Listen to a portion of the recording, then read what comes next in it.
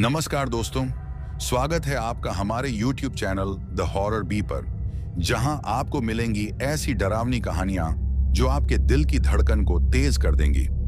आज की कहानी एक शख्स की है जिनका नाम नीरज है और उनके साथ कुछ ऐसा होता है जिसकी उन्होंने कभी कल्पना भी नहीं की थी।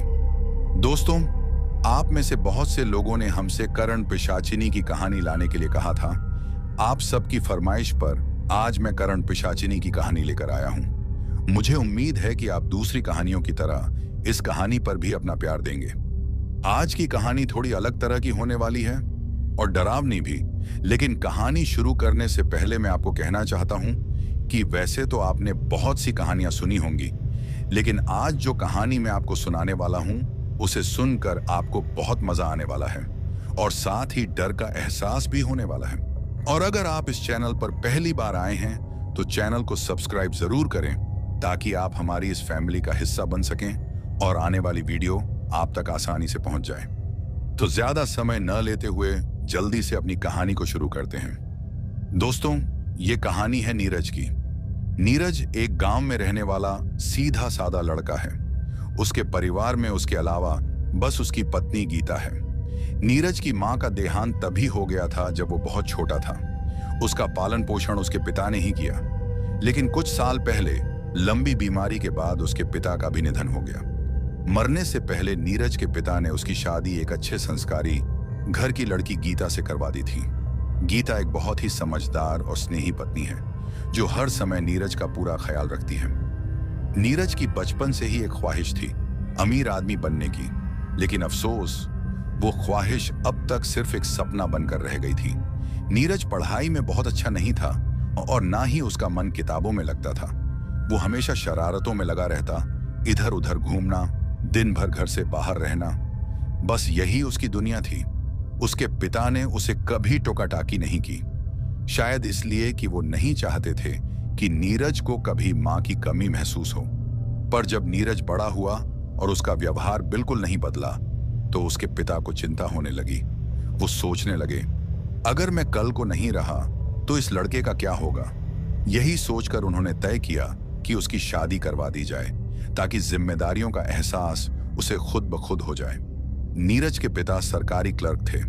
जब तक वो जीवित रहे घर का खर्च ठीक ठाक चलता रहा, लेकिन उनके जाने के बाद सब कुछ बदल गया।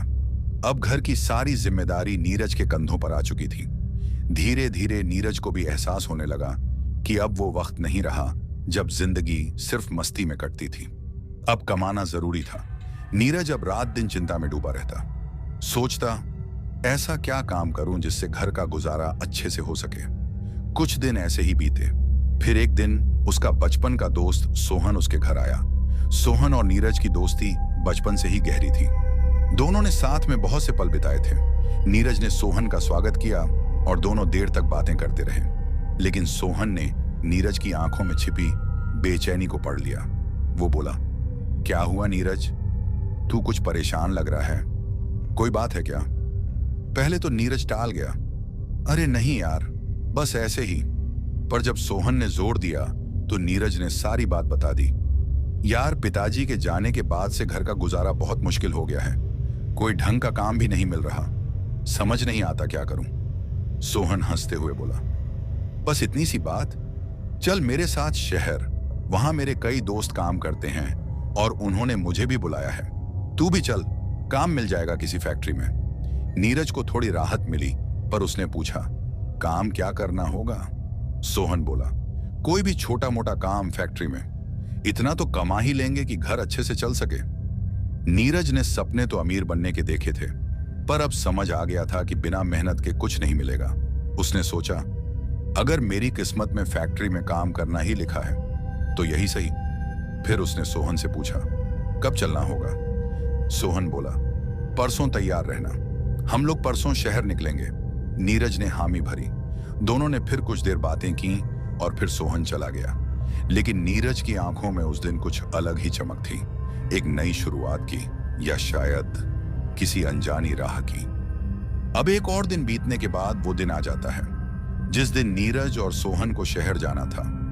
नीरज तैयार होकर बैठा था कि तभी सोहन भी वहां आ जाता है और उसे कहता है, नीरज, तू तैयार हो गया है ना? जल्दी कर, हमें निकलना होगा।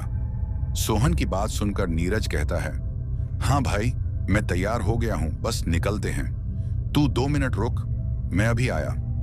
उसके बाद नीरज अपनी पत्नी गीता के पास चला जाता है और उससे कहता है, तुम मेरी चिंता मत करना, बस अपना ख्याल रखना। मैं जल्दी ही कुछ महीनों के बाद वापस आ जाऊंगा और बहुत सारे पैसे कमाऊंगा, जिससे हमारे घर का गुजारा अच्छे से हो जाएगा और फिर हम लोग एक अच्छी जिंदगी की शुरुआत करेंगे। नीरज के ऐसा कहने के बाद गीता थोड़ी भावुक हो जाती है।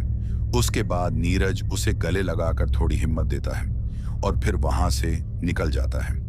उसके बाद नीरज और सोहन दोनों ही शहर की तरफ निकल पड़ते हैं। शहर की तरफ जाते वक्त नीरज के दिल में बहुत खुशी थी और वो सोच रहा था, चलो आखिर घर पर ऐसे ही बेकार रहने से तो अच्छा है कोई अच्छा काम मिल जाए।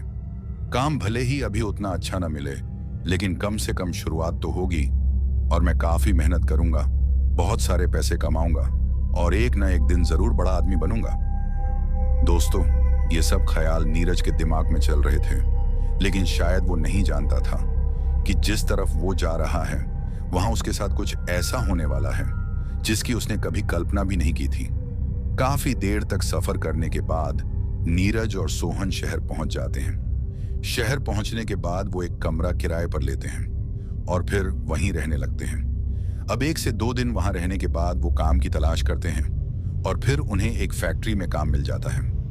काम मिलते ही नीरज काफी खुश हो जाता है और अपने दोस्त सोहन से कहता है, चलो काम ना मिलने की टेंशन से तो छुटकारा मिला। सोहन भी मुस्कुराता है, वो भी खुश था। उसके बाद दोनों अपने किराए के कमरे पर वापस लौट जाते हैं, क्योंकि उन दोनों को अगले दिन से काम शुरू करना था। उसके बाद नीरज अपनी पत्नी गीता को फोन करता है और उससे कहता है, मुझे काम मिल गया है, तुम टेंशन मत करना। अब मैं बहुत सारे पैसे कमाऊंगा और फिर हमारी सारी टेंशन खत्म हो जाएगी। नीरज की बात सुनकर उसकी पत्नी भी काफी खुश हो जाती है और उससे अपना ख्याल रखने के लिए कहती है। उसके बाद अगला दिन आ जाता है जिस दिन नीरज को काम पर जाना था। नीरज और सोहन दोनों ही काम पर निकल जाते हैं। फैक्ट्री पहुंचने के बाद वो दोनों काम में लग जाते हैं। अब उन दोनों को काफी दिन हो जाते हैं काम करते करते और फिर वो दिन कुछ महीनों में बदल जाते हैं। नीरज को घर जाए हुए लगभग 3 महीने हो गए थे और उसे अपनी पत्नी की याद भी आने लगी थी।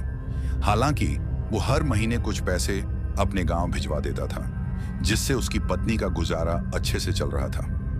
एक दिन जब नीरज अपना काम खत्म करके वापस आ रहा था, तो वो देखता है कि सामने की तरफ 1 से 2 आदमी एक आदमी को धमकाने की कोशिश कर रहे थे। जिस आदमी को वो धमका रहे थे वो कोई अघोरी जैसा लग रहा था। वो 2 आदमी जो उसे धमका रहे थे दोनों ही काफी नशे में लग रहे थे, लेकिन ताज्जुब की बात यह थी कि इतना धमकाने के बाद भी वो अघोरी मुस्कुरा रहा था। अब जब वो लोग उस अघोरी को धमका रहे थे तो ये सारा नजारा नीरज देख लेता है और जब वो ये सब देखता है तो उसे काफी गुस्सा आता है, क्योंकि नीरज कहीं भी अगर कुछ गलत होता देखे तो वो ये सब बर्दाश्त नहीं कर सकता था। उसके बाद नीरज उन आदमियों के पास चला जाता है जहां वो लोग उस अघोरी को धमका रहे थे। उन लोगों के पास पहुंचने के बाद नीरज उनसे कहता है, तुम जो भी हो यहां से चले जाओ, इस अघोरी बाबा को तंग करना बंद कर दो। अगर तुम लोगों ने मेरी बात नहीं मानी तो मुझसे बुरा कोई नहीं होगा। दोस्तों, नीरज दिखने में काफी हट्टा कट्टा था और उसकी अच्छी कदकाठी भी थी। नीरज की बात सुनकर वो दोनों आदमी थोड़े ढीले पड़ जाते हैं और फिर थोड़ी बहुत बहस करने के बाद वो लोग वहां से चले जाते हैं। उन लोगों के वहां से जाने के बाद नीरज उस अघोरी से कहता है, बाबा, अब आप आराम से जहां जाना चाहते हैं जा सकते हैं, आपको कोई भी तंग नहीं करेगा। नीरज की बात सुनकर वो अघोरी पहले तो मुस्कुराता है और फिर नीरज से कहता है, आज तुमने मेरी मदद की है, तुम मेरे लिए इन लोगों से भिड़ गए। हालांकि न तुम मुझे जानते हो और न मैं तुम्हें, लेकिन फिर भी तुमने अपने कदम मेरी सहायता के लिए बढ़ाए। तुम्हारे इस साहस को देखकर मैं काफी प्रसन्न हुआ हूं। अगर भविष्य में कभी भी तुम्हें कोई परेशानी हो तो तुम मुझे याद करना। यहां से थोड़ी आगे एक श्मशान घाट है, वहीं मैं रहता हूं, वहां आ जाना। तुम्हारी सारी परेशानियों का हल मैं कर दूंगा। उसके बाद वो अघोरी वहां से चला जाता है और नीरज भी वहां से लौटकर अपने कमरे में आ जाता है। अब कुछ दिनों तक तो सब सामान्य रहता है, लेकिन फिर एक दिन जब नीरज और सोहन काम से वापस आ रहे थे तो नीरज सोहन से कहता है, यार सोहन, पिछले 3 महीनों से हम लोग काम कर रहे हैं, लेकिन दिल में संतुष्टि नहीं है। जितनी मेहनत हम लोग करते हैं उस हिसाब से तो हमें पैसे नहीं मिलते। सैलरी भी हमारी कम है। इस काम से तो बस हमारे घर का गुजारा चल सकता है। बाकी जो हमारे सपने हैं वो तो पूरे नहीं हो सकते। उसके बाद नीरज सोहन से ये भी कहता है, यार सोहन, ये भी कोई जिंदगी है? बस दिन भर काम करो और शाम को थक हार कर वापस जाओ, सुबह फिर काम पर जाओ। ये मैंने कभी सोचा नहीं था सोहन। किस्मत ने मुझे ऐसा मोड़ दे दिया है कि अब कुछ समझ ही नहीं आ रहा कि आगे क्या करूं। जो जो सपने मैंने सोचे थे इस रास्ते से तो वो पूरे नहीं होने वाले।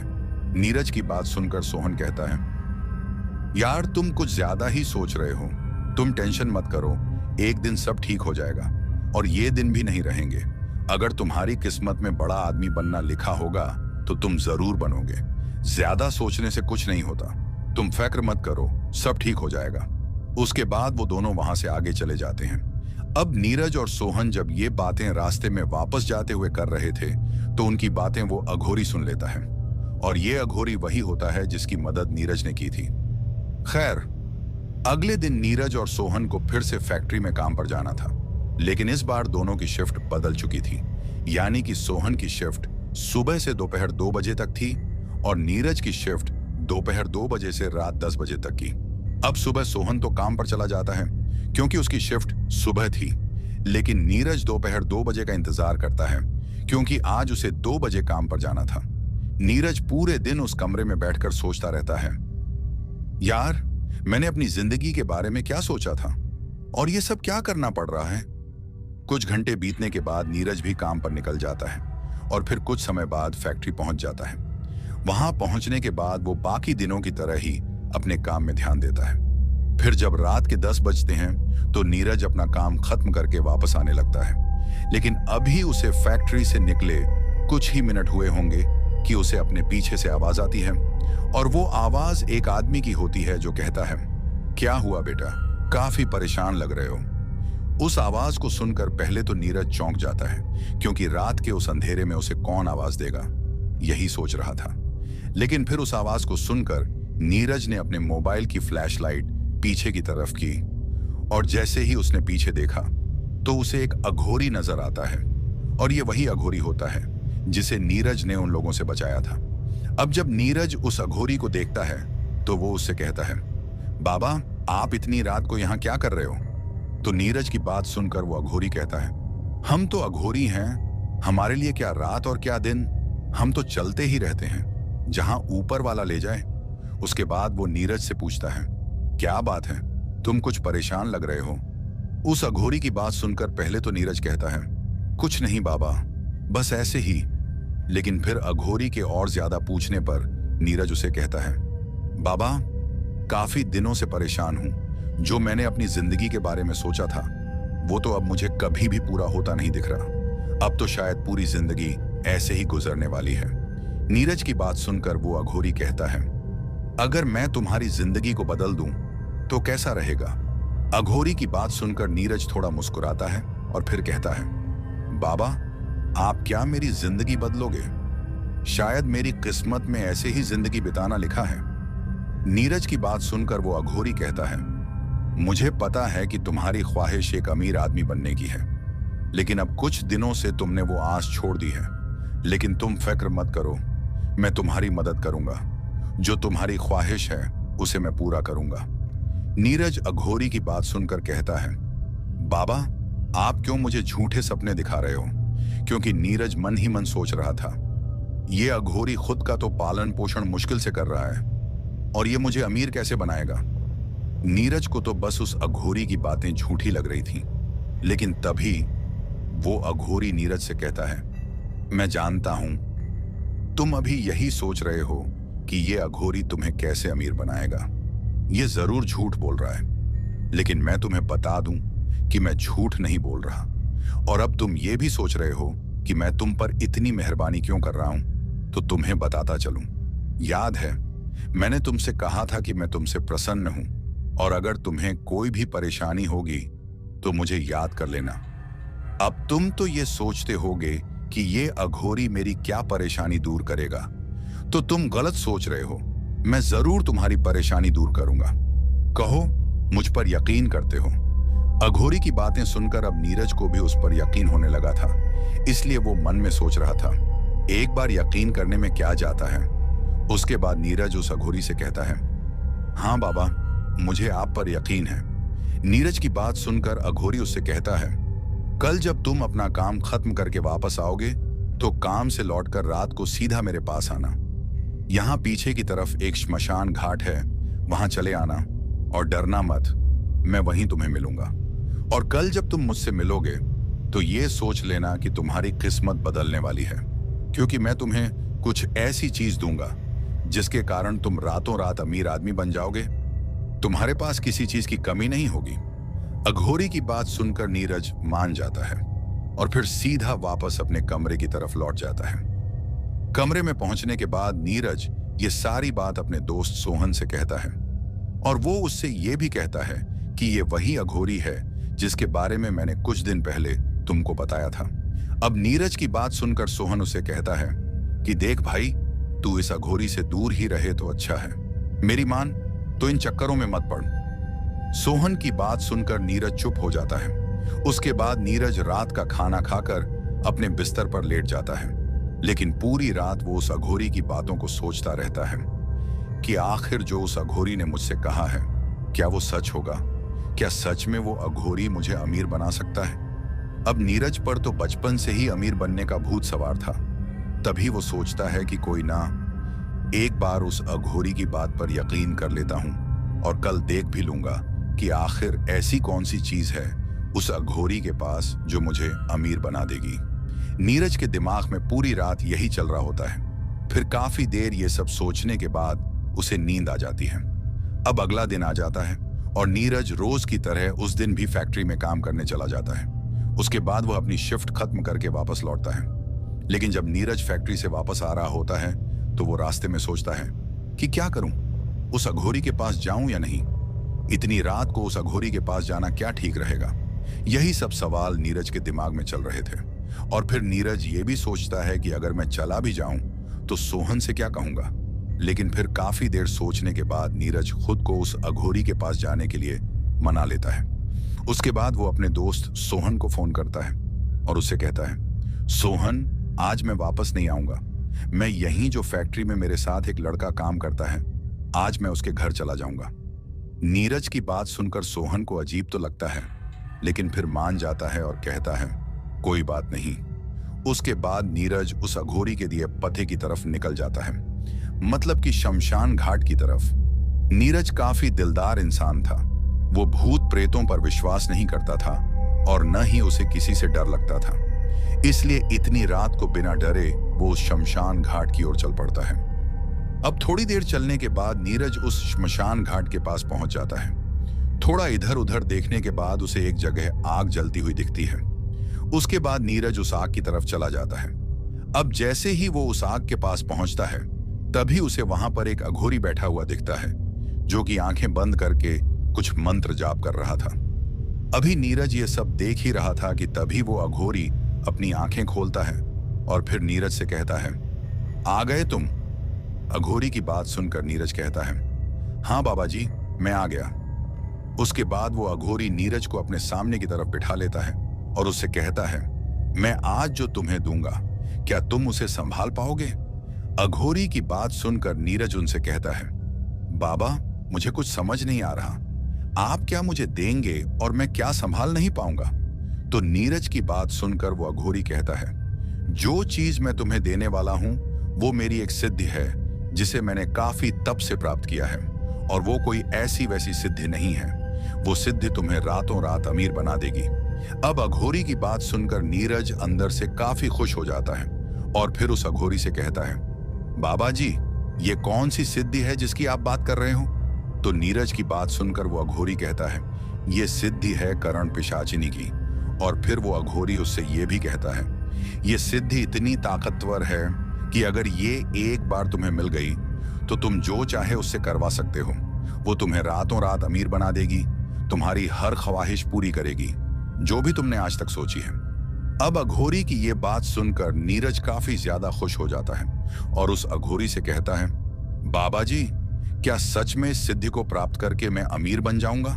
तो नीरज की बात सुनकर वो अघोरी कहता है, हाँ, तुम अमीर बन जाओगे। अघोरी की बात सुनकर नीरज उससे कहता है, अगर ऐसा है तो बाबा जी, आप जल्दी से वो सिद्धि मुझे दे दो। नीरज की बात सुनकर अघोरी उससे कहता है, जल्दबाजी मत करो, पहले पूरी बात सुनो। ये सिद्धि तो मैं तुम्हें दे दूंगा, लेकिन क्या तुम इसे संभाल पाओगे? तो अघोरी की बात सुनकर नीरज उससे कहता है, हाँ बाबा जी, संभाल लूंगा। उसके बाद अघोरी उससे कहता है, जिस सिद्धि को तुम संभालने की बात कर रहे हो, पहले उसके बारे में जान लो। जिस करण पिशाचिनी की मैं बात कर रहा हूं, वो जरूर तुम्हें अमीर बना देगी, लेकिन उसकी भी कुछ शर्तें होंगी जो तुम्हें माननी पड़ेंगी। अब अघोरी की बात सुनकर नीरज उससे कहता है, कैसी शर्तें? फिर अघोरी कहता है, वो तुमसे 3 वचन मांगेगी जो तुम्हें उसे देने होंगे। जब तुम उन 3 वचनों को उसे दोगे, तब वो तुम्हारी हो जाएगी। लेकिन एक बात का ख्याल रखना, अगर तुमने उसके ये सारे वचन तोड़ दिए तो फिर तुम्हारी मौत भी हो सकती है, क्योंकि अगर तुमने ऐसा किया, उसके वचन तोड़े, तो फिर वो तुम्हें मार डालेगी।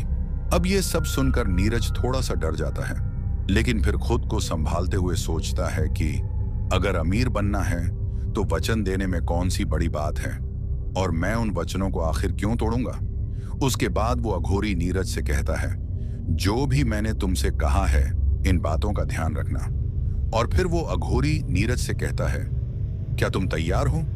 तो अघोरी की बात सुनकर नीरज कहता है, हाँ बाबा जी, मैं तैयार हूं। लेकिन शायद नीरज इस बात से अनजान था कि जिस सिद्धि को लेने की वो बात कर रहा है, वो आगे चलकर उसकी जिंदगी को बदतर बनाने वाली है। उसके बाद वो अघोरी काफी मंत्र जाप करता है और फिर कुछ मंत्र नीरज को भी अपने साथ पढ़ने के लिए कहता है। अब काफी देर मंत्र जाप करने के बाद वो अघोरी कुछ मंत्र नीरज को देता है, जो कि एक कागज पर लिखे होते हैं, और उसे कहता है कि इन मंत्रों को तुम्हें रोज जाप करना होगा। और वो उसे ये भी बताता है कि कितने दिनों तक तुम्हें ये मंत्र जाप करने होंगे। उसके बाद वो अघोरी नीरज से कहता है, अब तुम्हें अकेले रहना पड़ेगा। अघोरी की बात सुनकर नीरज उससे कहता है, बाबा, अकेले मतलब? नीरज की बात सुनकर अघोरी उसे कहता है, तुम्हारे साथ जो तुम्हारा दोस्त रहता है, उसे अलग हो जाओ, क्योंकि अगर तुम उसके साथ रहोगे तो शायद उसकी जान पर खतरा हो सकता है, या शायद उसकी जान भी जा सकती है, क्योंकि करण पिशाचिनी तुम्हारे साथ किसी और को बर्दाश्त नहीं करेगी, चाहे वो कोई भी हो। अघोरी की बात सुनकर नीरज हामी भरता है। उसके बाद नीरज उस अघोरी से कहता है, बाबा, जब ये सिद्धि पूरी हो जाएगी तो मुझे पता कैसे चलेगा? तो नीरज की बात सुनकर वो अघोरी कहता है, तुम्हारे कान के पास एक आवाज आएगी, क्योंकि जब करण पिशाचिनी सिद्ध होती है तो वो तुम्हारे पास आकर कुछ फुसफुसाएगी, और ये भी हो सकता है कि वो तुम्हें दिखने लगे किसी भी रूप में। अघोरी की बात सुनकर नीरज अघोरी को प्रणाम करता है और फिर वहां से लौट जाता है। अब अगले दिन वो जल्दी से अपने कमरे पर चला जाता है। तब तक सोहन वहीं था। अब इतनी सुबह नीरज को देखकर सोहन नीरज से कहता है, भाई, इतनी सुबह सुबह कहां से आ रहा है? तुम तो कह रहे थे कि तुम किसी वर्कर के साथ चले गए हो। तो सोहन की बात सुनकर नीरज कहता है, हाँ, गया था, लेकिन अब पूरे दिन वहां पड़ा थोड़ा रहूंगा। नीरज की बात सुनकर सोहन को ठीक नहीं लगता, क्योंकि नीरज ने सोहन से कभी इस तरह से बात नहीं की थी। उसके बाद नीरज सोहन से कहता है, आज के बाद मैं तुम्हारे साथ नहीं रहूंगा। मुझे फैक्ट्री के पास दूसरा कमरा मिल गया है, अब से मैं वहीं रहूंगा। ये सब सुनकर सोहन को काफी अजीब लगता है और वो नीरज से कहता है, क्या हो गया भाई? मैंने कुछ कहा है क्या? मेरी बात का अगर कुछ भी बुरा लगा हो तो मुझे माफ कर देना यार। तुम दूसरा कमरा क्यों कर रहे हो, बताओ तो सही।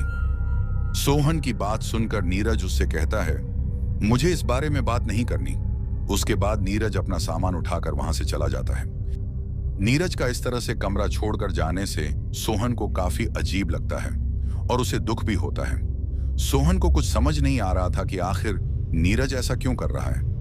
खैर, अब नीरज सोहन का साथ छोड़कर नई जगह रहने लग गया था और वहीं से वो काम करने जाया करता। हालांकि जब कभी भी सोहन नीरज को फैक्ट्री में मिलता, वो उससे वैसे ही बात करता जैसे पहले करता था। लेकिन जब कभी भी सोहन उससे यह बात पूछता कि आखिर तुमने कमरा क्यों छोड़ा, तो नीरज हमेशा इस बात को टाल देता। अब नीरज को अकेले रहते लगभग 1 महीना होने लगता है। लेकिन उसे अभी तक कोई भी एहसास नहीं हो रहा था।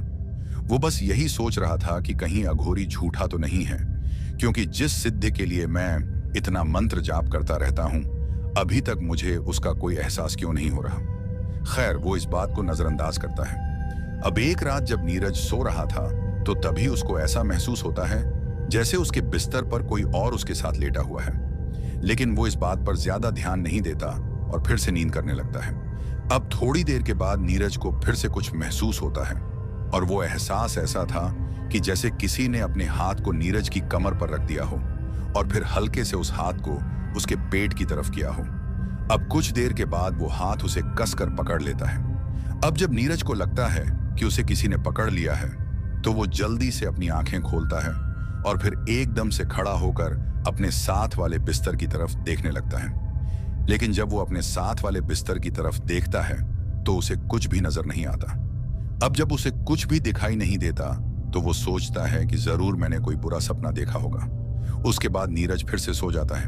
अब अगले दिन नीरज फिर से काम पर चला जाता है, लेकिन उसे इस बात का पता नहीं था कि अब आज के बाद उसकी जिंदगी बदलने वाली है। खैर, इस बार नीरज फैक्ट्री के पास आधा घंटा पहले ही पहुंच जाता है। अब उसकी शिफ्ट तो 2 बजे थी, लेकिन वो 1:30 पर ही पहुंच गया था। अब आधा घंटा पहले पहुंचने पर वो फैक्ट्री के सामने एक कैंटीन होती है, वहां चला जाता है और सोचता है कि जब तक मेरी शिफ्ट आएगी तब तक क्यों ना चाय पी ली जाए। कैंटीन पर पहुंचते ही उसे वहां पर 2 और वर्कर मिल जाते हैं जिनकी शिफ्ट भी नीरज के साथ ही थी। वो भी आज पहले ही वहां पहुंचे थे। खैर, अब नीरज भी उन 2 वर्करों के साथ बैठ जाता है और फिर चाय मंगवाकर पीने लगता है। अब वो तीनों बैठकर कुछ बातें करने लगते हैं। तभी उनमें से एक वर्कर नीरज से कहता है कि इस कैंटीन की चाय काफी अच्छी होती है। मैं जब भी काम पर आता हूँ यहाँ की चाय पीकर जरूर जाता हूँ। अब तो इस चाय की आदत हो गई है। तो उस वर्कर की बात सुनकर नीरज उससे कहता है कि आज के बाद तुमको ये चाय नसीब नहीं होने वाली। ये बात सुनकर वो वर्कर नीरज से कहता है कि तुम ये कैसी बातें कर रहे हो? क्या तुम्हें मैं ही मिला हूं मजाक बनाने को? तो वर्कर की बात सुनकर नीरज कहता है कि मैं मजाक नहीं कर रहा।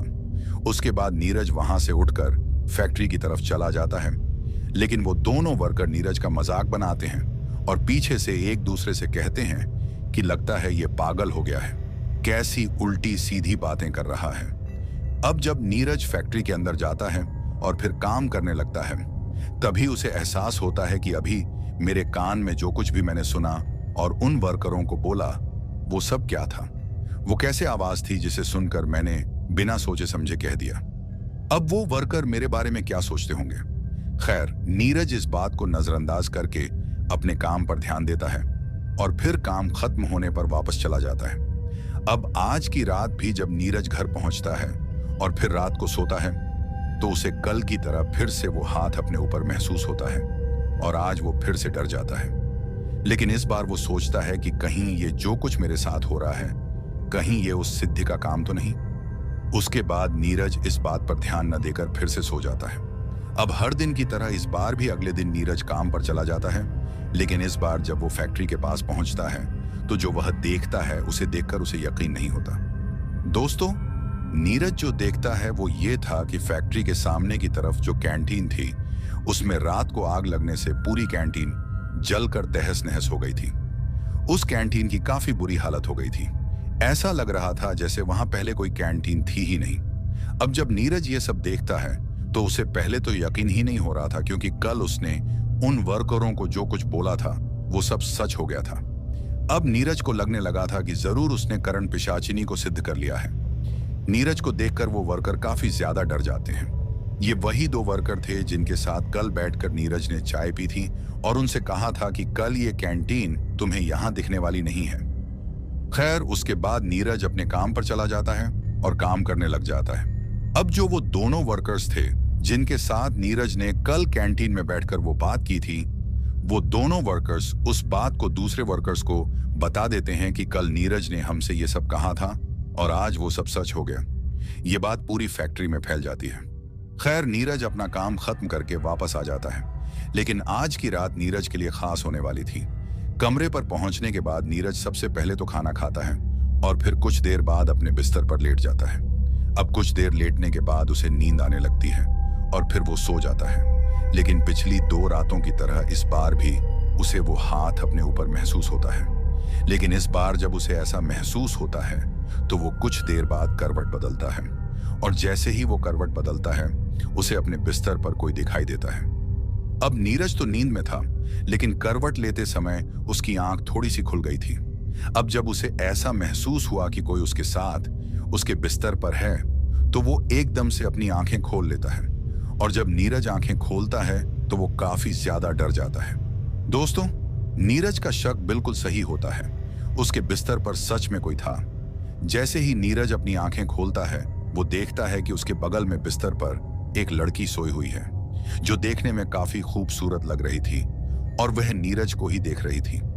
वो लड़की इतनी खूबसूरत थी कि नीरज ने आज तक वैसी कोई लड़की नहीं देखी थी।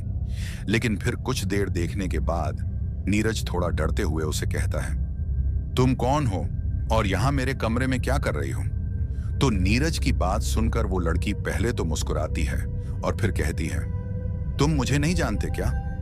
तुम ही तो इतने दिनों से मुझे बुला रहे थे, और अब जब मैं तुम्हारे पास हूं तो तुम मुझसे पूछते हो कि मैं कौन हूं? उस लड़की की बात सुनकर नीरज समझ जाता है और सोचता है कि ये लड़की जो मेरे सामने इस तरह से लेटी हुई है, ये कोई और नहीं, जरूर करण पिशाचिनी होगी।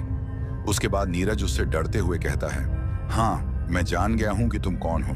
नीरज की बात सुनकर वो थोड़ा मुस्कुराती है और फिर कहती है, तुमको मुझसे डरने की जरूरत नहीं है, मैं आज से तुम्हारी होने वाली हूं। उस करण पिशाचिनी की बात सुनकर नीरज उससे कहता है, क्या तुम मेरी सभी ख्वाहिशें पूरी करोगी? तो नीरज की बात सुनकर वो कहती है, हाँ, मैं तुम्हारी सभी ख्वाहिशें पूरी करूंगी, लेकिन सबसे पहले तुम्हें मुझे 3 वचन देने होंगे। अब अघोरी ने पहले ही नीरज को बता दिया था कि वो तुमसे 3 वचन मांगेगी, इसीलिए अघोरी की बात याद करके नीरज उससे कहता है, मैं जरूर तुम्हें वो 3 वचन दूंगा जो तुम मुझसे मांगोगी। नीरज की बात सुनकर वो करण पिशाचिनी कहती है, एक बार फिर से सोच लो, अगर तुमने इन वचनों को तोड़ा तो हो सकता है तुम जिंदा ना रहो।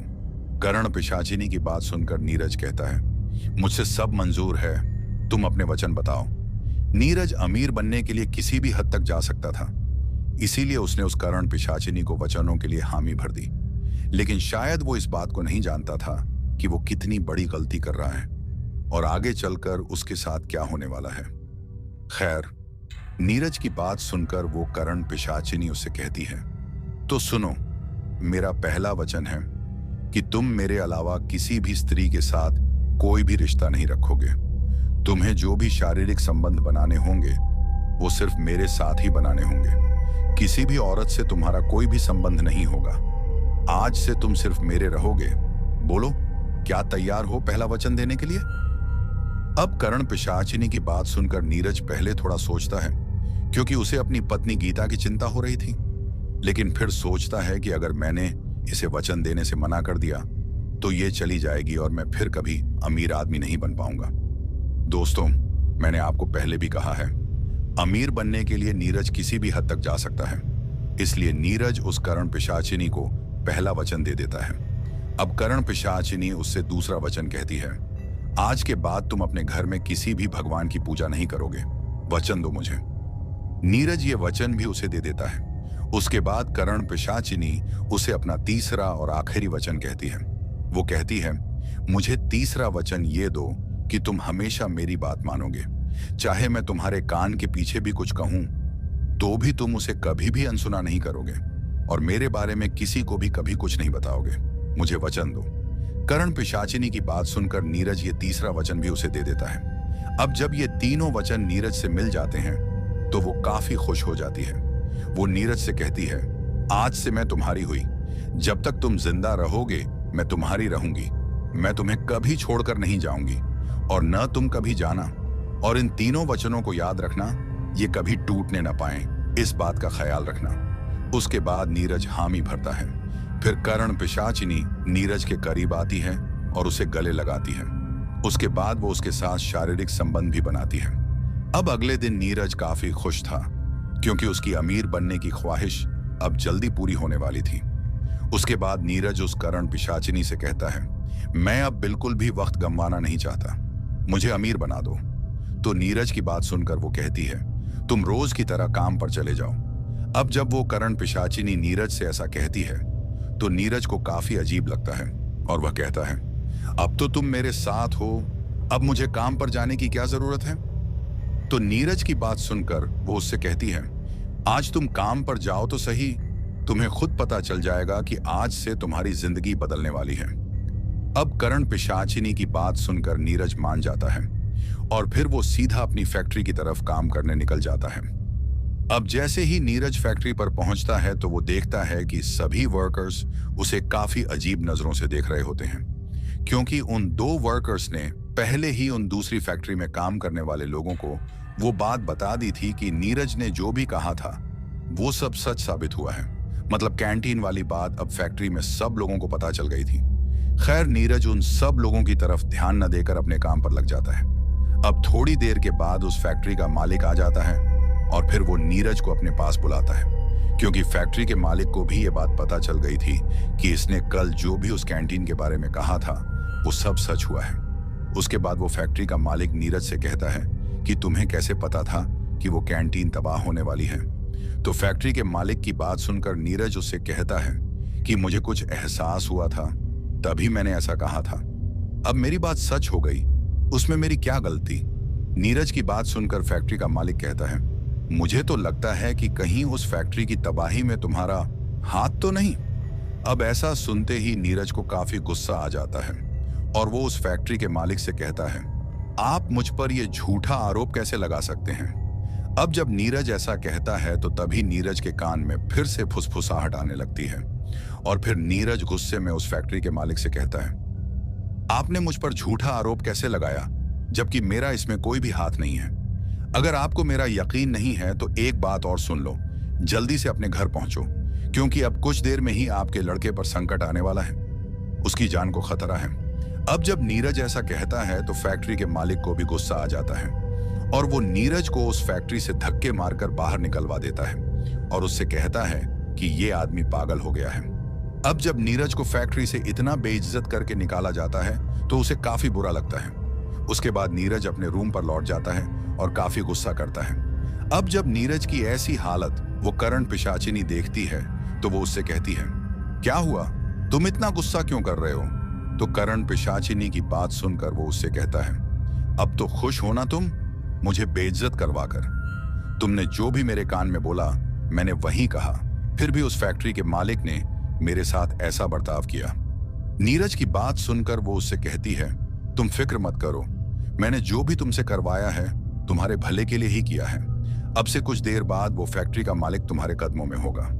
अब जब वो करण पिशाचिनी ऐसा कहती है तो नीरज को काफी अजीब लगता है और वो सोचता है कि आखिर ऐसा कैसे हो सकता है कि फैक्ट्री का मालिक मेरे कदमों में आ जाए। अब नीरज को अपने कमरे पर बैठे कुछ ही वक्त हुआ होगा कि तभी उसके दरवाजे पर कोई दस्तक देता है और उसके दरवाजे को बाहर से कोई जोर जोर से बजाता है। दरवाजा बजता देख नीरज दरवाजा खोलता है और जैसे ही दरवाजा खोलता है उसे अपने सामने फैक्ट्री का वही मालिक दिखता है। फैक्ट्री के मालिक को देखकर उसे काफी अजीब लगता है और उस पर गुस्सा भी आता है, क्योंकि नीरज को उसने इतना बेइज्जत करके निकाला था। अब फैक्ट्री के मालिक को देखकर नीरज उससे कहता है, अब यहाँ क्या लेने आए हो? तुम्हारा मन नहीं भरा क्या मुझे बेइज्जत करके? नीरज की बात सुनकर वो फैक्ट्री का मालिक सीधा नीरज के कदमों को पकड़ लेता है और काफी जोर से रोता है और फिर नीरज से कहता है, मुझे माफ कर दो, तुम जो भी सजा मुझे देना चाहते हो दे सकते हो, लेकिन मेरे बेटे को बचा लो। उसके बाद वो फैक्ट्री का मालिक उससे ये भी कहता है कि मैंने तुम्हारी बात न मानकर काफी बड़ी गलती की है। तुम्हारी बात बिल्कुल सच्ची थी। मेरे बेटे का काफी खतरनाक एक्सीडेंट हो गया है, वो जिंदगी और मौत के बीच लड़ रहा है। अभी वो हॉस्पिटल में एडमिट है। तुम कुछ भी करो उसे बचा लो और मुझे पता है कि तुम जरूर उसे बचा लोगे। अब उस फैक्ट्री के मालिक की बात सुनकर पहले तो नीरज शॉक हो जाता है, क्योंकि उसे यकीन ही नहीं हो रहा था कि जिस मालिक ने उसको फैक्ट्री से बेइज्जत करके निकाला था, अब वही मालिक उसके कदमों में अपनी औलाद के लिए भीख मांग रहा है। लेकिन फिर नीरज ये भी सोचता है कि आखिर मैं इसके बेटे को कैसे बचा सकता हूँ, वो तो डॉक्टर का काम है। अभी नीरज ये सब सोच ही रहा था कि तभी करण पिशाचिनी फिर से नीरज के कान में कुछ फुसफुसाती है और करण पिशाचिनी के कहने पर नीरज उस फैक्ट्री के मालिक से कहता है, तुम फिक्र मत करो, तुम्हारे बेटे को कुछ नहीं होगा, वो बहुत जल्द ठीक हो जाएगा। अब जब नीरज ने ऐसा कहा तो फैक्ट्री का मालिक काफी खुश हो जाता है और उससे कहता है, अगर मेरे बेटे की जान बच गई तो मैं तुम्हारी जिंदगी बदल दूंगा। उसके बाद नीरज उससे कहता है, अब तुम फिक्र मत करो, तुम अपने बेटे के पास चले जाओ, वो जल्दी ठीक हो जाएगा। नीरज की बात सुनकर वो मालिक बहुत खुश हो जाता है और फिर वहां से चला जाता है। अब जब नीरज ने यह सब देखा तो वो काफी खुश हो जाता है, क्योंकि जिस मालिक ने उसे बेइज्जत करके निकाला था अब वही उससे माफी मांग कर गया है। ये सब होने के बाद नीरज करण पिशाचिनी की तरफ देखता है और उससे कहता है, मान गया तुम्हारी ताकत को, तुम सच में बहुत शक्तिशाली हो। उसके बाद करण पिशाचिनी नीरज से कहती है, अभी तो तुमने मेरी ताकत को देखा ही कहां है, आगे देखते जाओ मैं तुम्हारे लिए क्या क्या करती हूं। अब 1 से 2 दिन और गुजर जाने के बाद नीरज के दरवाजे पर फिर से कोई दस्तक देता है और इस बार जैसे ही नीरज दरवाजा खोलता है उसे फिर से अपने दरवाजे के बाहर वही फैक्ट्री का मालिक दिखाई देता है। उसके बाद वो मालिक अंदर आता है और फिर नीरज को गले लगाकर उससे कहता है, तुम मेरे लिए किसी भगवान से कम नहीं हो, तुम्हारी बात सच साबित हुई, मेरा बेटा बच गया है। फैक्ट्री के मालिक की बात सुनकर नीरज उसे कहता है, ये तो बड़ी अच्छी बात है। उसके बाद फैक्ट्री का मालिक नीरज को एक बैग देता है जो कि पैसों से भरा हुआ था। अब जब नीरज उस बैग में पड़े पैसे देखता है तो उसकी आंखें फटी की फटी रह जाती हैं, क्योंकि इतना ज्यादा पैसा उसने अपनी जिंदगी में पहली बार देखा था। दोस्तों, इतना ही नहीं, फैक्ट्री के मालिक ने एक बड़ा सा घर भी नीरज को गिफ्ट कर दिया, क्योंकि उसके इकलौते बेटे की जान जो बची थी। उसके बाद वो फैक्ट्री का मालिक वहां से चला जाता है। दोस्तों, आप में से काफी लोग ये सोच रहे होंगे कि क्या फैक्ट्री के मालिक ने करण पिशाचिनी को नहीं देखा। तो आपको बता दूं कि नीरज के अलावा उस करण पिशाचिनी को ना कोई देख सकता है और ना कोई सुन सकता है। जो पैसे उस मालिक से नीरज को मिले थे, उतने सारे पैसे देखकर नीरज की खुशी का ठिकाना नहीं था। वो पैसे देखकर एकदम पागल हो गया था। उसे अब किसी चीज की परवाह नहीं थी। नीरज ने अब अपने कमरे को छोड़ दिया था। वो अब एक आलीशान घर में रहने लगा था, जो कि उस फैक्ट्री के मालिक ने उसे गिफ्ट में दिया था। अब जब सब लोगों को यह पता चला कि फैक्ट्री के मालिक के बेटे की जान नीरज ने बचाई है और उन्हें यह भी पता चल गया था कि नीरज भविष्य देख सकता है, तो काफी लोग नीरज के पास अपना भविष्य दिखाने आने लगे। नीरज हर किसी का भविष्य देखकर उसे बताता कि उसके साथ क्या होने वाला है और जो भी नीरज उनसे कहता वो सब सच होने लगता। अब जब ये सब होने लगता है तो नीरज काफी मशहूर हो जाता है और नीरज एक भविष्य देखने वाला बाबा बन जाता है। दूर दूर से उसके पास लोग अपना भविष्य दिखाने आने लगते और जिसका भी भविष्य नीरज बताता, वो लोग भविष्य देखने के बदले नीरज को काफी पैसे दिया करते। ये सब करण पिशाचिनी का कमाल था, क्योंकि करण पिशाचिनी हर किसी के भविष्य के बारे में नीरज को बताती है और फिर नीरज आगे उन लोगों को। अब काफी दिनों तक ऐसा सिलसिला चलता रहता है और फिर नीरज काफी तेजी से अमीर होने लगता है। अब नीरज का नाम उस शहर के अमीर लोगों में आने लग गया था। पैसे के नशे ने नीरज को पागल बना दिया था। वो अब अपनी पत्नी तक को भूल गया था। हाँ, ये बात थी कि वो हर महीने अपनी बीवी को पैसे भेजता रहता था, लेकिन अब उससे बात ना के बराबर होती थी। अब काफी महीने हो गए थे नीरज को घर गए हुए। उसकी बीवी गीता काफी परेशान हो गई थी, क्योंकि इतने लंबे वक्त के बाद भी नीरज घर वापस नहीं आया था। उसे नीरज की काफी चिंता सताने लगी थी। हालांकि नीरज शहर से पैसे तो भेजता था, लेकिन अब वो फोन पर भी बात नहीं करता था। नीरज ने पूरी तरह गीता से दूरी बना ली थी। गीता एक और बात को लेकर चिंता में थी, और वो बात ये थी कि पहले नीरज थोड़े बहुत पैसे भेजता था जिनसे घर का गुजारा चल पड़ता था, लेकिन अब इतने ज्यादा पैसे आने लगे थे जितने उसने कभी सोचा भी नहीं था। इतने ज्यादा पैसों को देखकर गीता बस यही सोचती थी कि क्या मेरा पति जो पैसा कमा रहा है वो कोई गलत काम करके तो नहीं कमा रहा, क्योंकि हर महीने इतने ज्यादा पैसों का आना उसे अजीब भी लग रहा था। गीता को पैसों का लालच नहीं था, उसे तो बस अपना पति नीरज चाहिए था, क्योंकि नीरज को अब लगभग काफी वक्त हो गया था गीता से बात किए।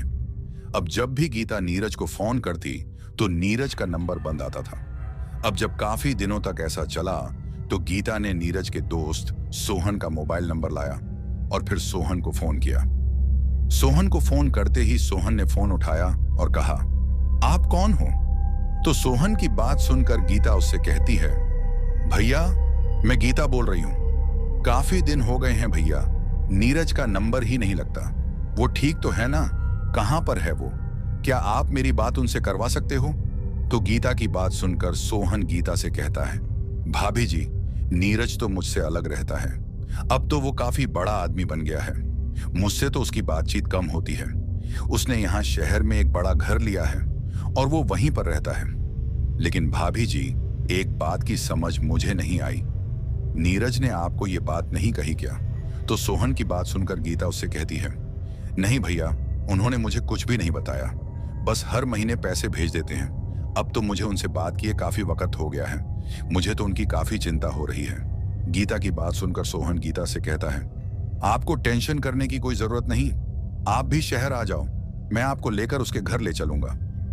सोहन की बात सुनकर गीता भी हामी भरती है और सोहन से कहती है, हाँ भैया, मैं कल ही शहर के लिए आ जाऊंगी। फिर सोहन गीता से कहता है, ठीक है भाभी जी, आप कल ही आ जाइए। मैं कल ही आपको नीरज के पास लेकर जाऊंगा। उसके बाद गीता फोन काट लेती है। अब अगली सुबह गीता शहर के लिए निकल जाती है और फिर वो कुछ वक्त बाद शहर पहुंच जाती है। शहर पहुंचने से पहले ही गीता ने सोहन को फोन कर लिया था, इसलिए सोहन गीता के पास पहुंच जाता है और फिर वो दोनों ही नीरज के घर की तरफ निकल जाते हैं। अब थोड़ी देर चलने के बाद वे दोनों नीरज के घर पहुंच जाते हैं और फिर सोहन नीरज के दरवाजे की बेल बजाता है। कुछ देर इंतजार करने के बाद दरवाजा खुल जाता है। दरवाजा नीरज खोलता है, लेकिन जैसे ही नीरज दरवाजा खोलता है वो हैरान हो जाता है, क्योंकि अपनी पत्नी को देखकर उसे ठीक नहीं लग रहा था, क्योंकि वो जानता था कि उसकी पत्नी गीता को उस घर में खतरा है। लेकिन फिर सोहन उससे कहता है, यार नीरज, अब अंदर भी बुलाएगा कि बाहर ही रखेगा भाभी जी को? उसके बाद नीरज थोड़ा हिचकिचाते हुए कहता है, ऐसी बात नहीं है, अंदर आ जाओ। उसके बाद उसकी पत्नी नीरज का हालचाल वगैरह पूछती है और फिर रोने लगती है कि तुमने तो मुझे भुला ही दिया है, न फोन करते हो न घर आते हो। लेकिन फिर नीरज कोई बहाना लगाकर उसे मना लेता है। नीरज के घर को देखकर गीता काफी हैरान होती है, क्योंकि इतना आलीशान घर उसने पहली बार देखा था। यह सब देखकर सोहन भी काफी हैरान था और वह नीरज से कहता है, देख नीरज, तेरा सपना आखिर सच हो ही गया। तू सच में अमीर आदमी बन गया यार। मैं कहता था ना, भगवान पर विश्वास रख, वो सब ठीक कर देगा। अब जैसे ही सोहन ने भगवान का नाम लिया, नीरज उसे चुप रहने को कहता है और कहता है, दोबारा ये नाम इस घर में मत लेना। अब जब ये बात नीरज सोहन से कहता है तो उसे काफी अजीब लगता है, लेकिन फिर वो इस बात को भुलाकर थोड़ी बहुत बातें करते हैं। फिर कुछ देर बाद सोहन वहां से चला जाता है, लेकिन सोहन के जाते जाते नीरज उसे कुछ पैसे देता है। हालांकि सोहन वो पैसे लेने से मना करता है, लेकिन फिर नीरज के काफी बार कहने पर सोहन वो पैसे पकड़ लेता है और वहां से चला जाता है। अब नीरज की पत्नी पूरे घर को काफी हैरानी से देख रही थी और फिर वो सोचती है कि घर तो इतना आलीशान है, लेकिन मुझे इस घर में एक जगह भी भगवान की ना तो कोई मूर्ति दिखी है और ना कोई मंदिर। दोस्तों, नीरज ने उस घर में ना तो भगवान की तस्वीर लगाई थी और ना मूर्ति, क्योंकि जिस जगह भी करण पिशाचिनी सिद्ध होती है वहां भगवान की किसी भी चीज को नहीं रखा जाता। अगर नीरज भगवान की मूर्ति या कोई भी चीज उस घर में रखता तो करण पिशाचिनी का एक वचन टूट जाता, और अगर ऐसा होता तो फिर नीरज की जान खतरे में चली जाती। इसीलिए नीरज ने उस घर में कुछ भी नहीं रखा था। अब कुछ देर बाद रात हो जाती है। नीरज और गीता खाना खाकर अब सोने के लिए चले जाते हैं, लेकिन जैसे ही गीता नीरज के रूम में उसके साथ जाती है, तभी नीरज उसे अपने साथ सोने से मना कर देता है और गीता से कहता है, दूसरे कमरे में सो जाओ। अब जब नीरज ऐसा कहता है तो गीता को काफी अजीब लगता है और फिर वो उससे कहती है, आप ऐसा क्यों बोल रहे हो? तो गीता की बात सुनकर नीरज गुस्से में कहता है, जैसे मैंने तुमसे कहा है वही करो, तुम दूसरे कमरे में सो जाओ। उसके बाद नीरज अपने कमरे में चला जाता है और फिर दरवाजा बंद कर लेता है। अब नीरज के ऐसा कहने पर गीता को काफी बुरा लगता है, लेकिन फिर वो सोचती है कि हो सकता है काम की वजह से ये थोड़े चिड़चिड़े हो गए हों। खैर, इन सब बातों को नजरअंदाज करके गीता भी दूसरे कमरे में सो जाती है। अब अगले दिन नीरज के घर पर काफी लोग आते हैं और नीरज एक कुर्सी पर बैठकर उन सब लोगों का भविष्य देखने लग जाता है। उन सब लोगों को देखकर गीता को काफी अजीब लगता है और फिर वो अपने पति नीरज को भी देखती है। उसे कुछ समझ ही नहीं आ रहा था कि आखिर ये सब क्या हो रहा है? नीरज हर किसी का भविष्य देखकर उन्हें बता रहा था और फिर भविष्य बताकर उनसे पैसे लेता था। ये सब नजारा गीता देख रही थी और वो सोच रही थी कि ऐसा कैसे हो सकता है। मेरे पति नीरज को क्या सच में भविष्य दिखता है? और अगर दिखता है तो इन्होंने इस बारे में मुझे पहले क्यों नहीं बताया? गीता इन्हीं बातों को सोच रही होती है। अब थोड़ी देर बाद वो सब लोग वापस चले जाते हैं और फिर गीता अपने पति नीरज के पास चली जाती है और फिर नीरज से कहती है, क्या आप सच में भविष्य देख सकते हो? तो गीता की बात सुनकर नीरज उससे कहता है, इस बात से तुम्हें क्या मतलब? तुम अपना काम करो। और फिर नीरज वहां से उठकर घर से बाहर निकल जाता है। गीता को नीरज की इस बात से भी बुरा लगता है और वो सोचती है कि आखिर इनको क्या हो गया है। जब से मैं आई हूं मुझसे इस तरीके से बात क्यों कर रहे हैं? दोस्तों, नीरज गीता से दूरी बनाकर रखना चाहता था क्योंकि वो नहीं चाहता था कि उसकी वजह से गीता को खतरे का सामना करना पड़े। क्योंकि अगर वो गीता से प्यार से बात करेगा तो हो सकता है करण पिशाचिनी को ये सब ठीक ना लगे और वो उसे मार डाले। अब कुछ दिन तक सब कुछ वैसे ही चलता रहता है। लोग रोज की तरह आते और फिर पैसे देकर अपना भविष्य दिखाते और फिर वापस चले जाते। अब नीरज को इस काम में मजा आने लगा था और वो खुद को किसी भगवान से कम नहीं मान रहा था। पैसों के नशे में वो इतना पागल हो गया था कि अब उसे किसी से कोई मतलब नहीं था। नीरज को खुद पर घमंड हो गया था। वो बस यही सोच रहा था कि यहां तक वह अपने खुद के दम पर पहुंचा है और ये जो करण पिशाचिनी है वो उसकी एक दासी है। वो जो चाहे उससे करवा सकता है। नीरज बस इसी घमंड के साथ जी रहा था। वो कहते हैं ना, इंसान का घमंड ज्यादा दिनों तक नहीं चलता, एक ना एक दिन वो टूट ही जाता है। अब हर रोज की तरह एक दिन नीरज लोगों का भविष्य देख रहा था कि तभी एक आदमी उससे अपने भविष्य को बताने के लिए कहता है। अब उस आदमी के ऐसा कहते ही करण पिशाचिनी नीरज के कान में कुछ फुसफुसाने लगती है, लेकिन तभी नीरज एक गलती कर बैठता है। वह करण पिशाचिनी को हाथ दिखाकर खुद की भविष्यवाणी कर देता है।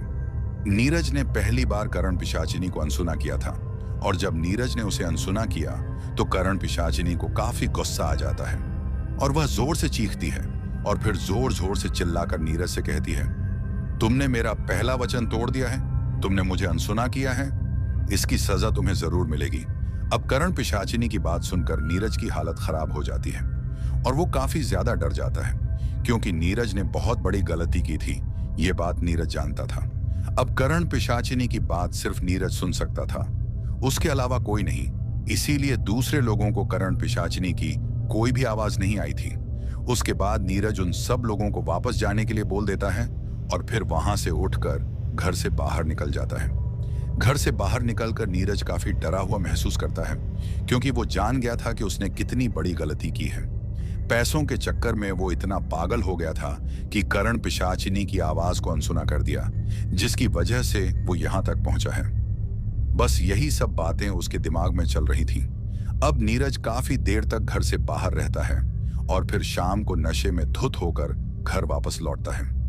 घर वापस आकर जब गीता उसकी ये हालत देखती है तो वो काफी डर जाती है और उसे नीरज की चिंता होने लगती है क्योंकि नीरज ने आज से पहले कभी भी कोई नशा नहीं किया था। अब गीता नीरज को उसके कमरे में ले जाती है और फिर उसे उसके बिस्तर पर सुलाकर वापस आने लगती है।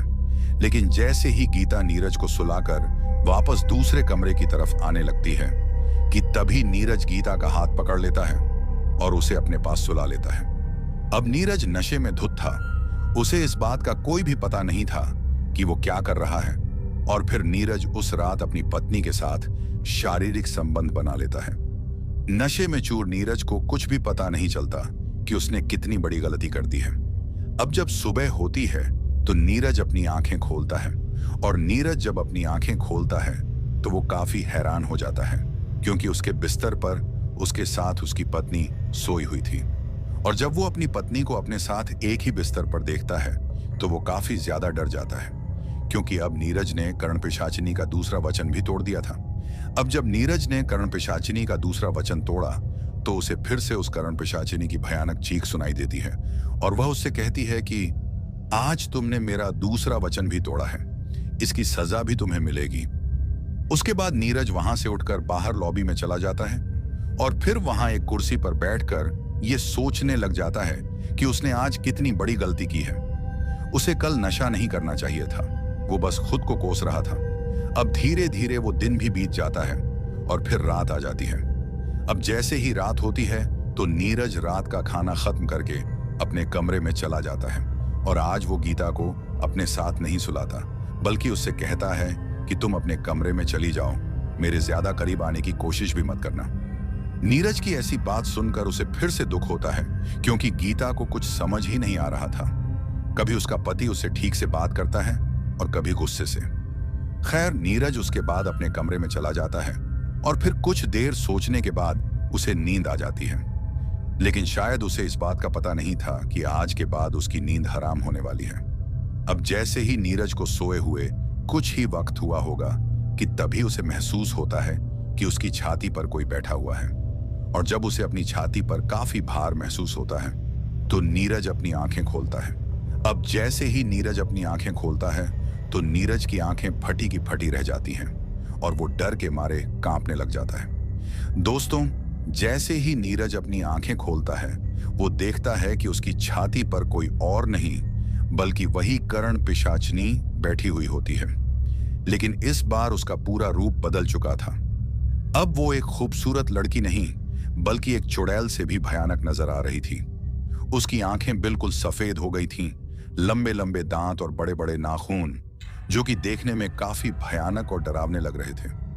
उसका चेहरा इतना भयानक था कि अगर कोई भी देख ले तो उसे हार्ट अटैक हो जाए। इतना भयानक नजारा देखकर नीरज की हालत खराब हो जाती है और वो थर थर कांपने लग जाता है। नीरज के पूरे शरीर को मानो जैसे लकवा मार गया हो, उसके जिस्म ने जैसे काम करना बंद कर दिया था। अब जब वह करण पिशाचनी उसकी छाती पर बैठी होती है तो वो नीरज से कहती है, तुमने मेरे 2 वचनों को तोड़ा है, मैं तुम्हें ऐसी ही छोड़ने वाली नहीं हूं। सिर्फ एक वचन और अगर तुमने वो तोड़ा तो वो दिन तुम्हारी जिंदगी का आखिरी दिन होगा। उसके बाद वह करण पिशाचनी काफी भयानक तरीके से हंसती है और हंसने के बाद वह नीरज को एक जगह से पटक कर दूसरी जगह फेंक देती है। वह करण पिशाचनी नीरज की काफी बुरी हालत कर देती है। उसके बाद नीरज जोर से चिल्लाता है क्योंकि उसे काफी तकलीफ हो रही थी। अब नीरज की चीखें सुनकर उसकी पत्नी अपने कमरे से बाहर आ जाती है और फिर वह नीरज का कमरा खोलने लगती है, लेकिन कमरा अंदर से बंद होता है। नीरज की चीखें अभी भी सुनाई दे रही थीं। गीता को कुछ समझ ही नहीं आ रहा था। उसके बाद गीता सोहन को फोन करती है और उसे नीरज के घर बुलाती है। थोड़ी देर बाद सोहन भी वहां पहुंच जाता है और सोहन के पहुंचते ही वह नीरज के कमरे का दरवाजा तोड़ देता है। दरवाजा टूटने के बाद जब गीता और सोहन अंदर जाते हैं तो नीरज की हालत देखकर वह लोग काफी डर जाते हैं, क्योंकि नीरज खून से लथपथ था और उसकी हालत अब काफी नाजुक थी। सोहन ने देर न करते हुए जल्दी से अपने दोस्त नीरज को वहां से उठाया और फिर उसे अस्पताल ले गया। गीता भी सोहन के साथ अस्पताल में ही थी। नीरज की ऐसी हालत देखकर गीता काफी रोती है। उसे कुछ समझ ही नहीं आ रहा था कि आखिर नीरज की ऐसी हालत किसने की है। नीरज अस्पताल में जिंदगी और मौत के बीच लड़ रहा था। उसके बाद गीता सोहन से कहती है, सोहन भैया, तुम दोनों के बीच ऐसा क्या हुआ था जो मेरे पति तुमसे अलग रहने लग गए? तो गीता की बात सुनकर सोहन गीता से कहता है, हमारे बीच ऐसा कुछ भी नहीं हुआ था, लेकिन पता नहीं नीरज को क्या हुआ था। उसने सिर्फ मुझसे ये कहा था कि मैं तुम्हारे साथ नहीं रहूंगा, मुझे अलग रहना है। बस यही बात हुई थी मेरी नीरज से। उसके बाद गीता सोहन से कहती है, भैया कोई तो बात होगी जो आपसे ये अलग हुए होंगे, थोड़ा अपने दिमाग पर जोर देकर सोचो। तो गीता की बात सुनकर सोहन उससे कहता है, नीरज के कमरा छोड़ने के एक दिन पहले उसने मुझे एक अघोरी के बारे में बताया था कि वो उसे अमीर बना देगा। फिर मैंने नीरज से कहा था कि अघोरी की बातों में मत आना। बस मुझे इतना ही याद है। उसके अगले दिन नीरज मुझसे अलग रहने लग गया था। सोहन की बात सुनकर गीता उसे कहती है, वो अघोरी कहाँ रहता है सोहन भैया, क्या आपको मालूम है?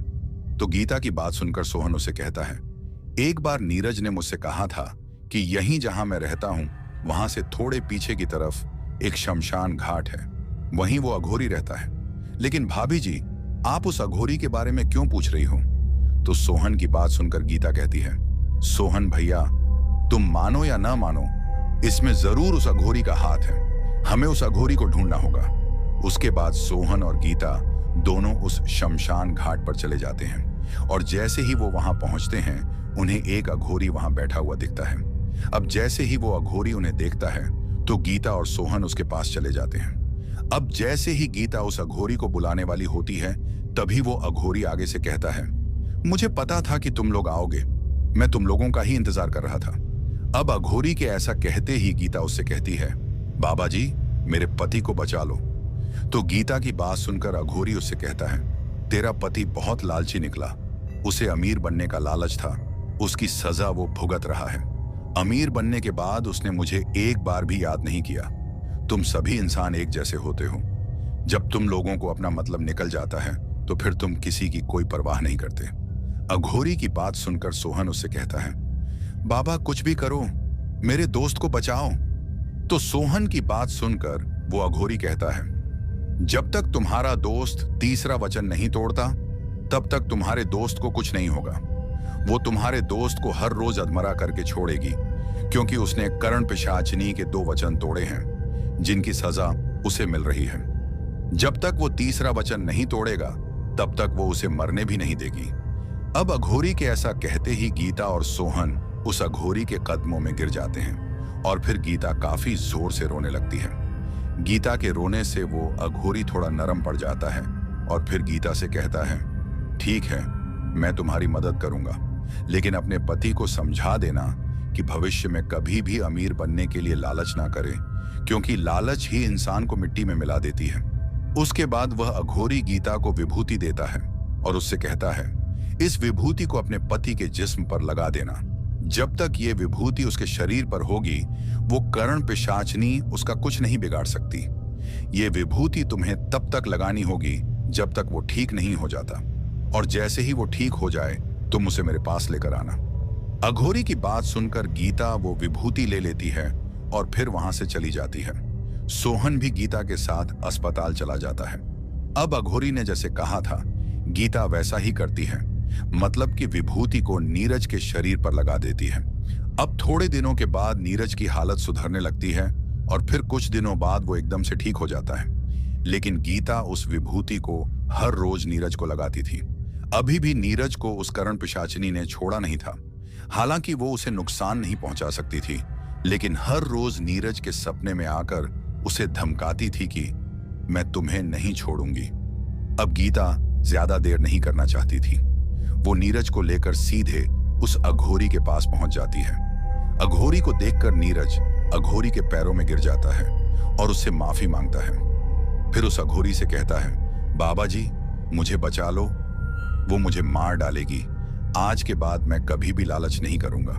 नीरज की बात सुनकर वो अघोरी उससे कहता है, चलो तुम्हें अपनी गलती का एहसास हुआ, इतना ही काफी है। उसके बाद वह अघोरी नीरज और उसकी पत्नी गीता को एक घेरे में रखता है और उनसे कहता है, चाहे कुछ भी हो जाए इस घेरे से बाहर मत निकलना जब तक मैं तुमसे ना कहूं। नीरज और गीता अघोरी की बात मानकर हामी भरते हैं। उसके बाद वो अघोरी काफी मंत्रोच्चारण करता है। अब कुछ देर तक मंत्र पढ़ने के बाद वो कर्ण पिशाचिनी वहां आ जाती है और वो काफी डरावने रूप में वहां पहुंचती है। दोस्तों ये जो भी वहां हो रहा था रात के वक्त में हो रहा था, क्योंकि अघोरी ने गीता से कहा था कि तुम अपने पति को रात के वक्त लेकर आना। अब कर्ण पिशाचिनी के वहां पहुंचने के बाद वो नीरज और गीता पर काफी हमला करने की कोशिश करती है, लेकिन घेरे के अंदर रहने की वजह से वो उनका कुछ भी नहीं बिगाड़ सकती थी। अब कुछ देर तक अघोरी के मंत्र पढ़ने के बाद वो कर्ण पिशाचिनी काफी ज्यादा चीखती है। उसकी चीखों से ऐसा महसूस हो रहा था जैसे कि वो कष्ट में हो। उसके बाद वो कर्ण पिशाचिनी एक धुएं में बदल जाती है और फिर गायब हो जाती है। उसके बाद वो अघोरी नीरज और गीता से कहता है, अब तुम लोग सुरक्षित हो, आज के बाद वो तुम्हारा कुछ भी नहीं बिगाड़ सकती। उसके बाद नीरज और गीता उस अघोरी का धन्यवाद करते हैं और फिर उसका आशीर्वाद लेकर वहां से वापस आ जाते हैं।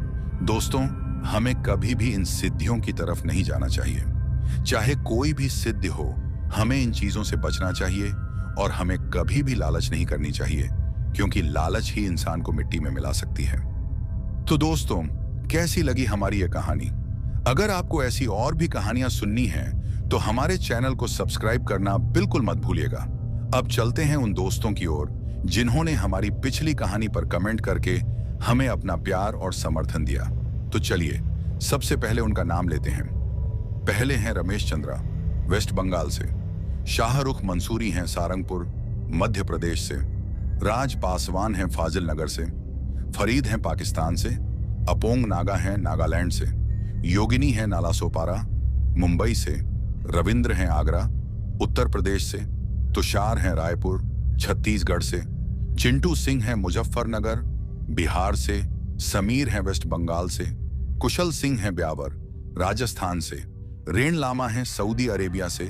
प्रणब मंडल हैं नगांव, असम से। झोंबा हैं नागालैंड से।